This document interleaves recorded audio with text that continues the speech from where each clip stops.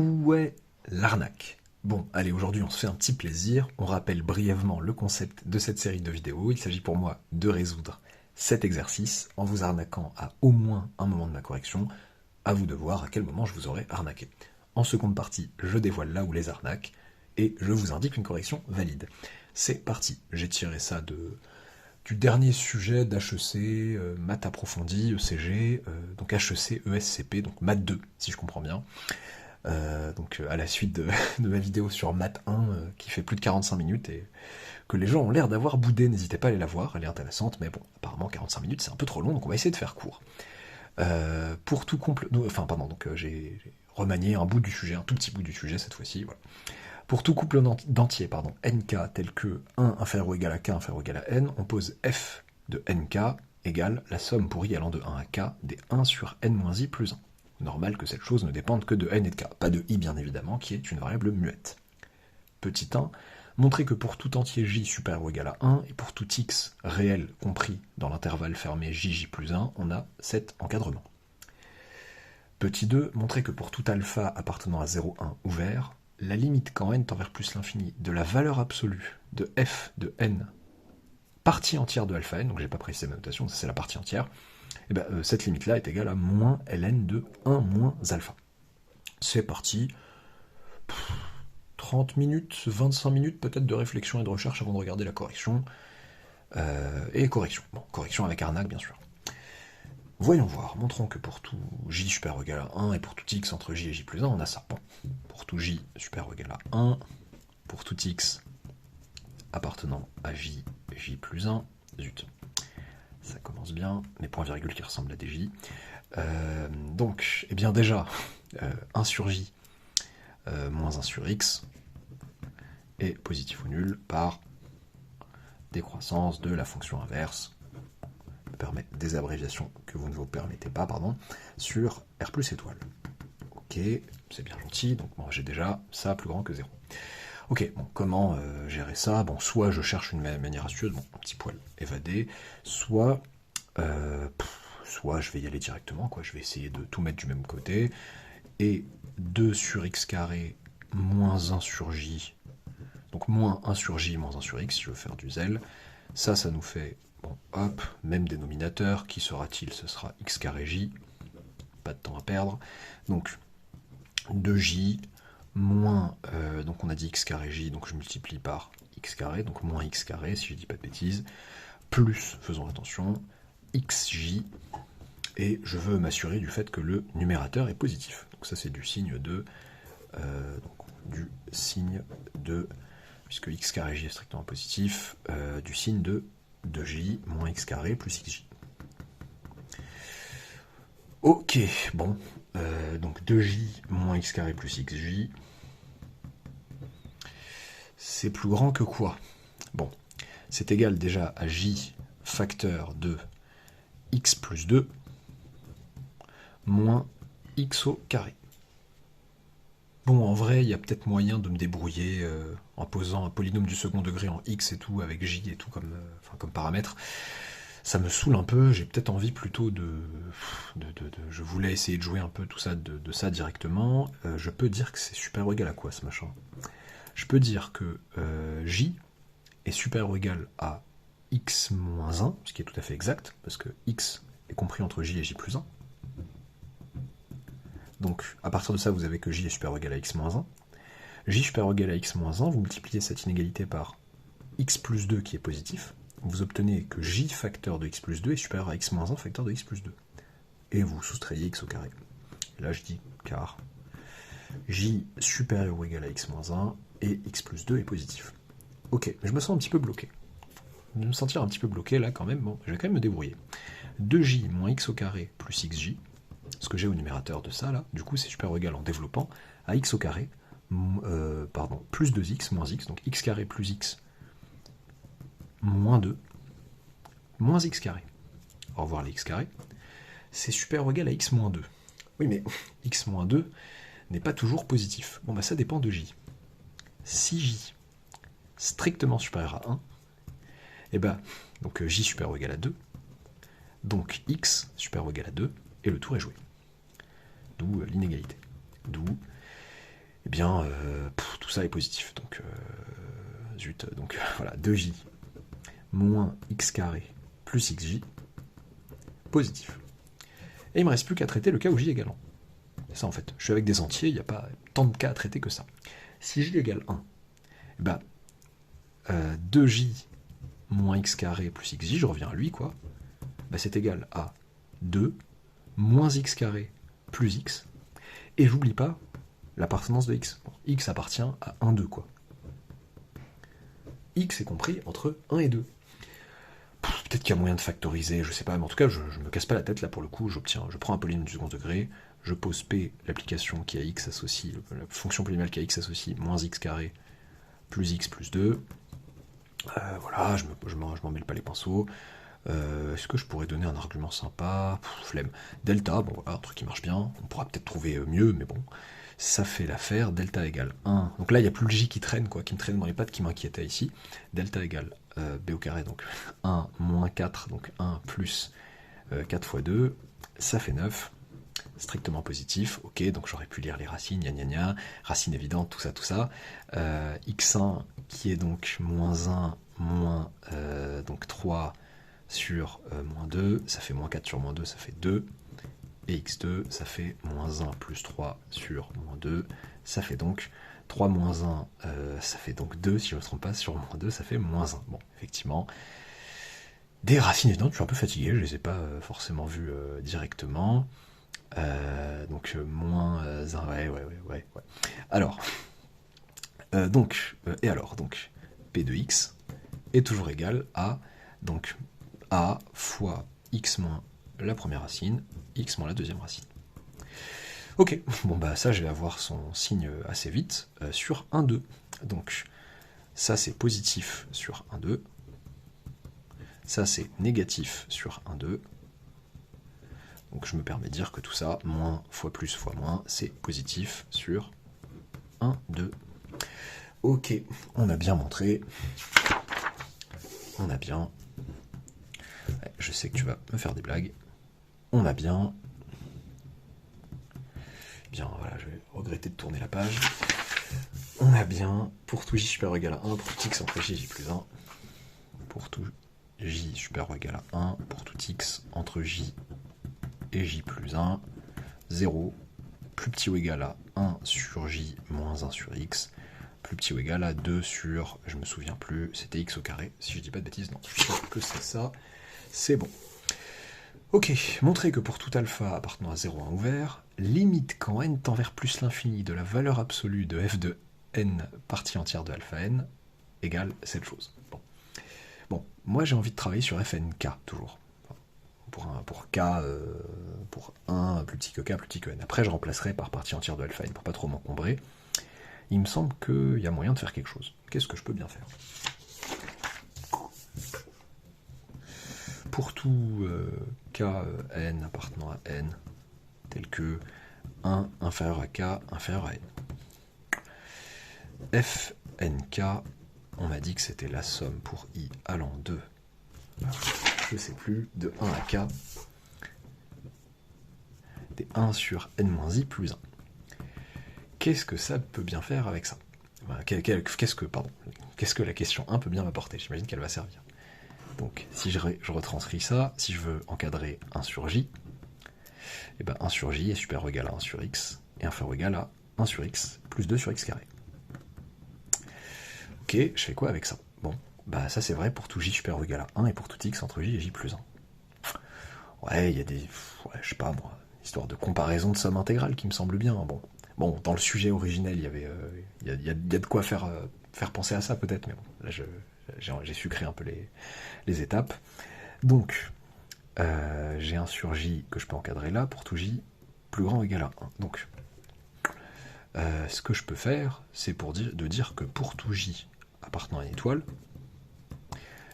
eh bien, si j'intègre entre j et j plus 1, cette relation que je peux me permettre d'intégrer, intégrale de j à j plus 1 de 1 sur x dx, par croissance de l'intégrale, inférieur ou égal à l'intégrale de j à j plus 1 de cette constante, mais j'intègre cette constante sur un segment de longueur 1, donc ça fait exactement 1 sur j, inférieur ou égal à l'intégrale de j à j plus 1 de 1 sur x dx, tant qu'à faire je joue de la linéarité, plus intégrale de j à j plus 1, de 2 sur x carré, je sors le 2, 1 sur x carré dx.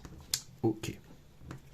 Bon, ça veut dire quoi? Ça veut dire que 1 sur j est supérieur ou égal à, je sais calculer ça, donc ça fait ln de j plus 1 moins ln de j. Je vais pas les mettre ensemble, hein, il y a une somme derrière, je sens un bon petit télescopage apparaître, inférieur ou égal à ln de j plus 1 moins ln de j. Et là, qu'est-ce que ça nous fait? Ça nous fait plus, alors je me trompe pas, je primitive en moins 1 sur x, donc plus 2 sur j, moins 2 sur j plus 1. Ça me semble pas mal. Ça me semble pas mal du tout. Donc, en particulier, pour tout t donc, appartenant à 1k, est-ce que n-i plus 1 appartient bien à n étoiles?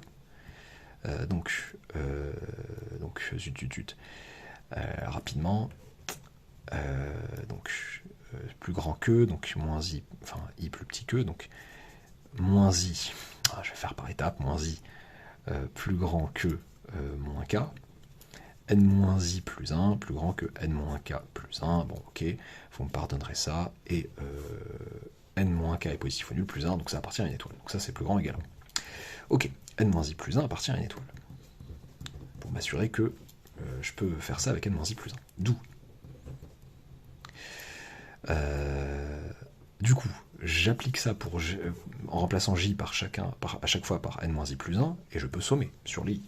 Somme pour i allant de 1 à k, des ln de n-i plus 1. J'ai remplacé j par n-i plus 1, donc ça fait n-i plus 2, moins ln de n-i plus 1, inférieur ou égal exactement, donc ça fait bien somme pour i allant de 1 à k des 1 sur n-i plus 1, c'est fnk ça.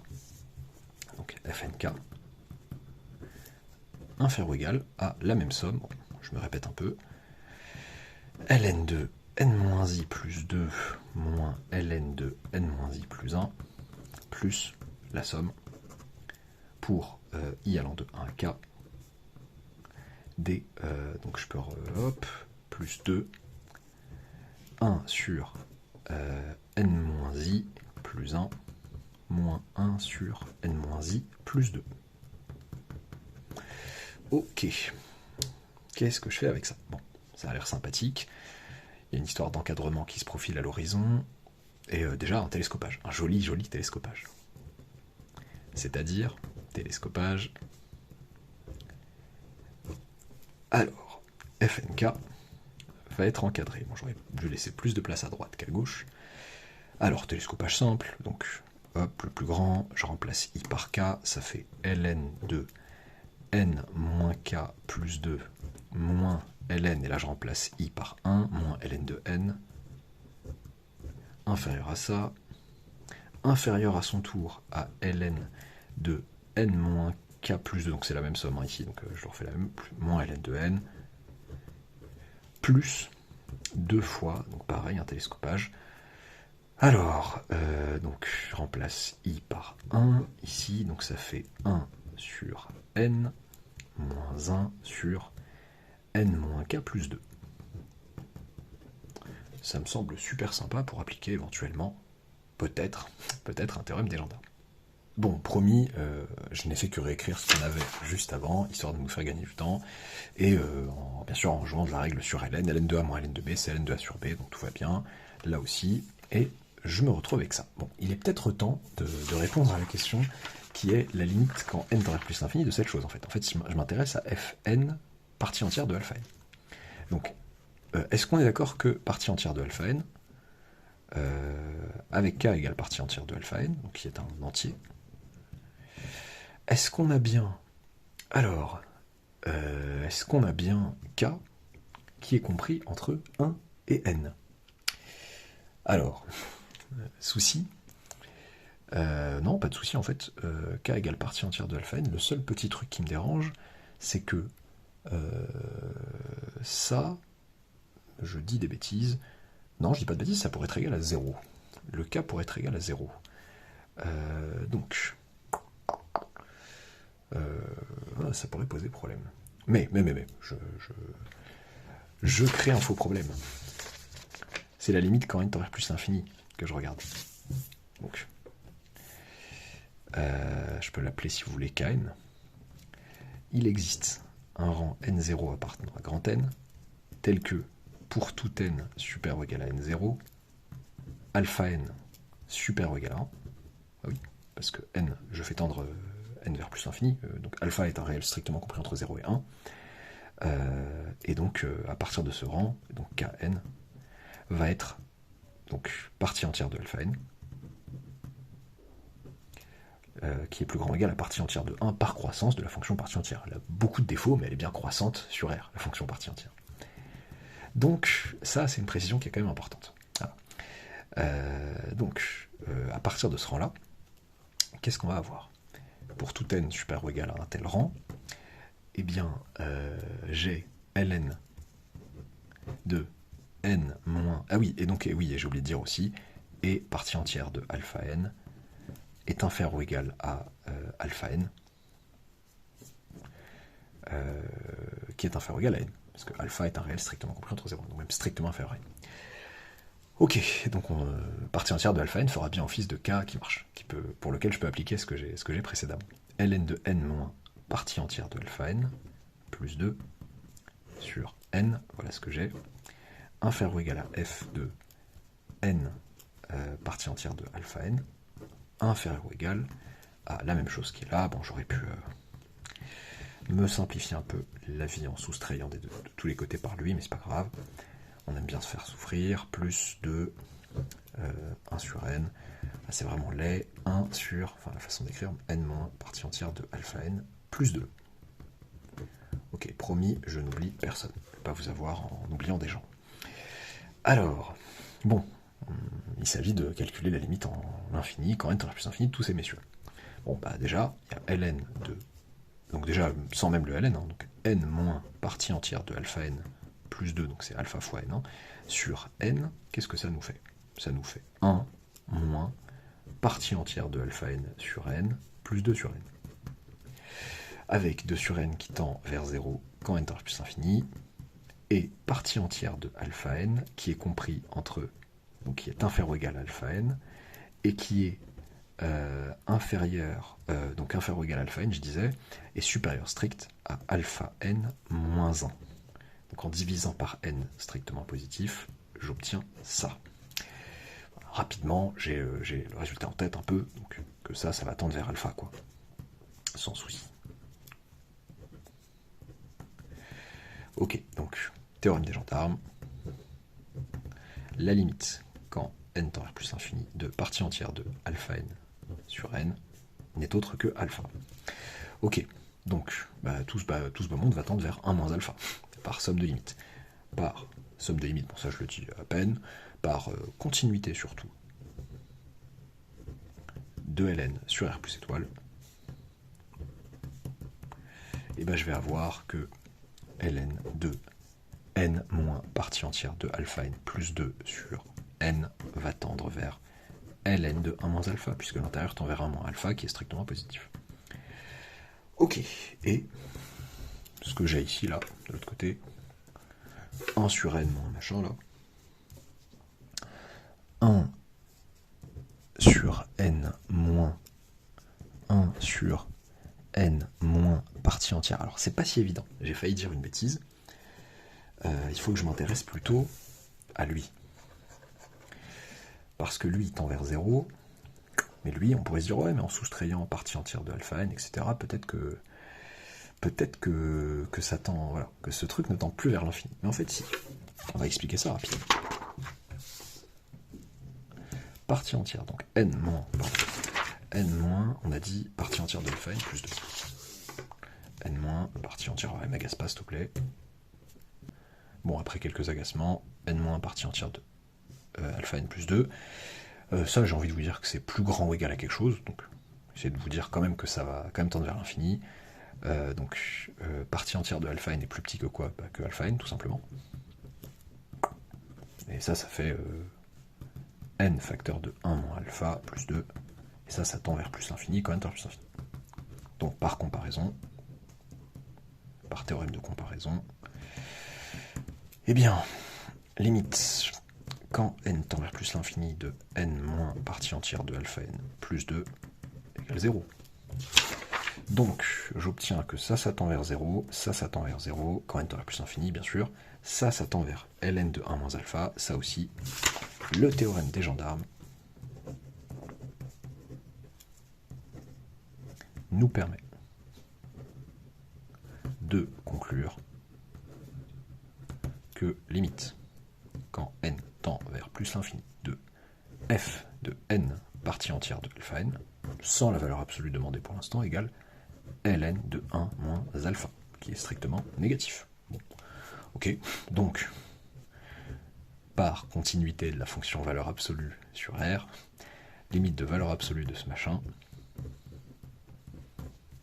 c'est valeur absolue de ln de 1 moins alpha, qui n'est autre du coup que moins ln de 1 moins alpha. Et le tour est joué. Où est-ce que je vous ai douillé? Alors, indice, je vous ai douillé, pour construire ma douille, mon arnaque, j'ai fait apparaître cette valeur absolue factice pour maquiller une erreur de signe. Enfin, pas une erreur de signe, mais une erreur qui se concluait par une erreur de signe. Tout se passait plutôt bien au début, malgré mes atermoiements peut-être. Je trouve que c'est plutôt sympa, cette manière d'avoir le signe de ça. Bon, je sais pas, il y a peut-être d'autres méthodes. Je me retrouve, bon ok, cool, comparaison somme intégrale, c'était plutôt sympa. Bon, dans l'énoncé original, il y avait du ln, il fallait aboutir à un encadrement avec du ln, donc ça pouvait être un peu plus téléphoné qu'ici. Hop, et le télescopage là. Qu'est-ce que c'est que ce télescopage diabolique? J'ai déjà fait un mauvais télescopage dans un autre Où est l'arnaque, mais alors celui-ci, pensez à un pote qui me dit de faire la distinction entre celui-ci et celui-là, pardon. Qu'est-ce que c'est que cette horreur? Donc là j'ai dit je remplace. Donc ici, ça serait le plus grand des indices par le plus grand, le plus petit des indices par le plus petit. Mais en fait c'est l'inverse. C'est moins i là. En fait, si vous appelez ça, il faudrait voir qui serait ui. Si vous posez ui égale ln de n-i, par exemple plus 1, là est-ce que vous avez ui plus 1 ou ui moins 1? Là vous avez ui moins 1. ln de n moins i moins 1 plus 1, et son qui fait moins ln de n moins i plus 2. Donc en fait vous avez ui moins 1 moins ui. Donc il faudrait remplacer i par 1 ici, de telle sorte qu'on ait u0, et là uk. Et donc j'obtiendrai plutôt, en remplaçant i par 1 ici, ln de n, on a dit en remplaçant i par 1, pardon je suis fatigué, ln de n plus 1, moins, et là je remplace par k, ln de n-k plus 1. Alors, je vérifie avec l'énoncé, parce que l'énoncé il donnait une question intermédiaire où il fallait aboutir à ça. Et c'est bien ça. Donc télescopage, voilà, le résultat est faux. Et là pareil, même histoire ici, donc bon là c'est la même chose. Et pareil ici, bon bah faut faire attention. Donc là il faut remplacer ici, ou alors, enfin, on aurait pu aussi faire un changement d'indice, un renversement. Je pose j égale n-i plus 1 et je m'évite ce genre de choses, mais faut faire attention sinon. Donc là, j'aurais dû, non pas, je remplace, là j'ai fallacieusement remplacé en considérant que c'est le plus petit des indices, j'ai remplacé par i par 1 ici. Non, il fallait remplacer i par k ici. Donc je me retrouve avec du 1 sur n moins k plus 1. Et là, i par 1, n plus 2 moins 1, donc ça fait n plus 1. 1 sur n plus 1. Voilà, il fallait pas faire n'importe quoi ici. Ok, est-ce que ça a changé quelque chose au niveau du calcul de limite? Ça pouvait corser certaines choses, ça pouvait donner l'impression que certaines choses se compliquaient. Je me retrouve donc avec par exemple pour ce terme-là, pour la différence des ln de n plus 1 sur n moins k plus 1. Alors si je remplace k par partie entière de alpha n, je peux me sentir en difficulté. Ben non, en fait je dis juste que c'est moins ln de n moins partie entière de alpha n plus 1 sur n plus 1, donc, histoire d'inverser le process. Et je dis donc que c'est moins ln de n plus 1 sur n plus 1. Donc allez hop, je fais une petite étape intermédiaire. Comme ça, ça fait donc moins ln de 1 moins partie entière de alpha n sur n plus 1, et vous me prouvez de la même manière que partie entière de alpha n sur n plus 1, bon, ce n'est autre que partie entière de alpha n sur n fois n sur n plus 1, ça on a prouvé que ça tendait vers alpha, quand n tend vers plus infini, ça tend vers 1, et le tour est joué, et vous réobtenez la même chose en fait. Donc ça ne change rien à la donne. Vous allez avoir un calcul de limite similaire, et vous débrouillez pour en fait arriver au fait que sans la valeur absolue, ce machin tend bien vers moins ln vers moins alpha, ce qui reste vrai en valeur absolue bien sûr. J'espère que ça vous aura plu, que vous vous serez fait avoir, parce que j'ai l'impression quand même l'arnaque... Bon, c'est quand même basique mais facile à faire comme erreur, je trouve, cette erreur de télescopage. Vous m'en direz des nouvelles. Voilà. À bientôt pour une nouvelle vidéo.